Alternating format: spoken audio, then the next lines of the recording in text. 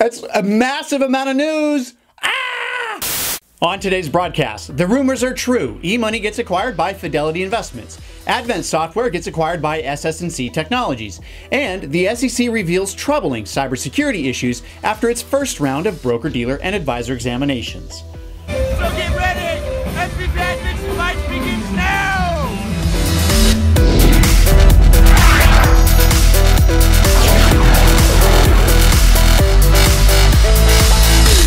Hey everyone, I'm Bill Winterberg, and thank you for joining me for this week's Merger Mania Advisor Technology News broadcast. Today's episode is brought to you by WealthBox CRM. Version 1.7 just released with delectable features like two-way Google Calendar synchronization, support for popular email newsletter services, an integrated Facebook feed, and more. Sign up for a free trial of WealthBox today by visiting fppad.com/wealthbox. This week's top story that everyone is talking about is eMoney's acquisition by Fidelity Investments. Sources close to the deal cited a purchase price north of $250 million with a valuation around 4 times eMoney's revenue. This deal marks the first time I can recall an institutional custodian taking ownership of a financial planning software provider. Nearly a dozen others that I listed on FPPad are privately held with no custodial affiliation. So the burning question is, what's the future of eMoney? Executives from eMoney and Fidelity reaffirmed that the company will continue to operate independently, but have the backing of Fidelity to accelerate product development and growth.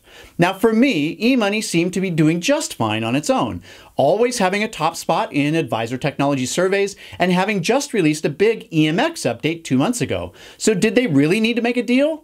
But on the other hand, if you read Michael Kitces' take on Nerd's Eye View, he believes Fidelity purchased eMoney primarily for its client-facing personal financial management tool, or PFM, that works a lot like Mint.com, and just happened to get eMoney's financial planning software along with the deal. Robo-investment allocators are raising the stakes on client-facing dashboards, but buying eMoney for its PFM solution just doesn't add up to me.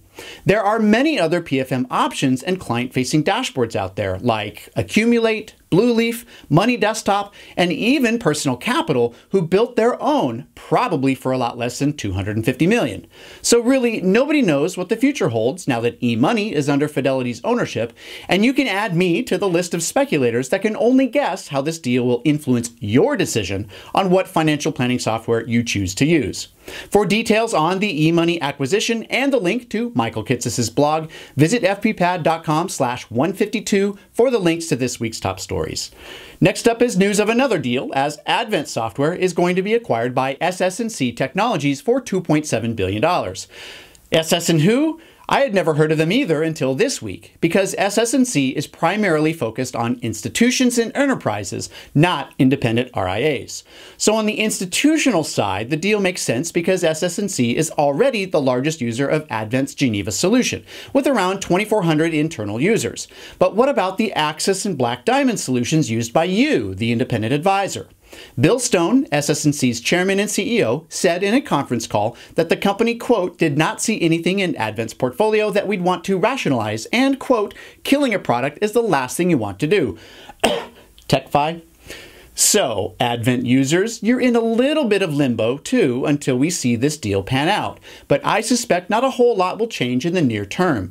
These are well-established companies with mature products that collectively have very high user retention. And finally, the SEC released its first cybersecurity examination sweep summary this week, outlining key findings from over 100 broker-dealer and RIA examinations. Here are my most important takeaways. 3 out of 4 advisors have been the target of cyber attacks. Only 1 out of 5 advisors actually has cybersecurity insurance, and very few advisors know where to identify best practices on cybersecurity. Here's a hint. This show is one of them. So clearly I should dedicate a show in the future exclusively to cybersecurity, but in the meantime, download my free guide on security at fppad.com/security and connect to a vendor that specializes in RIA best practices like Itegria, Envision RIA, External IT, True North Networks, Right Side Solutions, and others.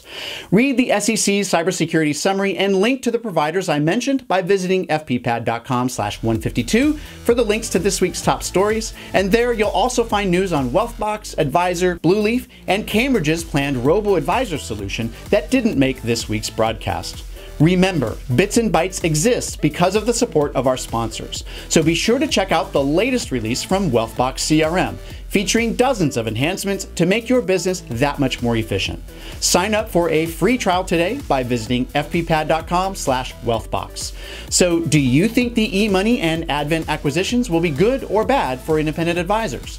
I want to know. Send me a message on Twitter using @BillWinterberg or leave a comment on the FPPad YouTube channel. For FPPad.com, I'm Bill Winterberg. See you next time. Troubling cybersecurity issues after its first round for me. There it is again. SWAT and Advisor Technologies news service and haven't just released a big EMX update 2 minutes ago. So did it really need to make a deal? By SS&C Technologies for $2.5 to about $2.7 billion. Whoa!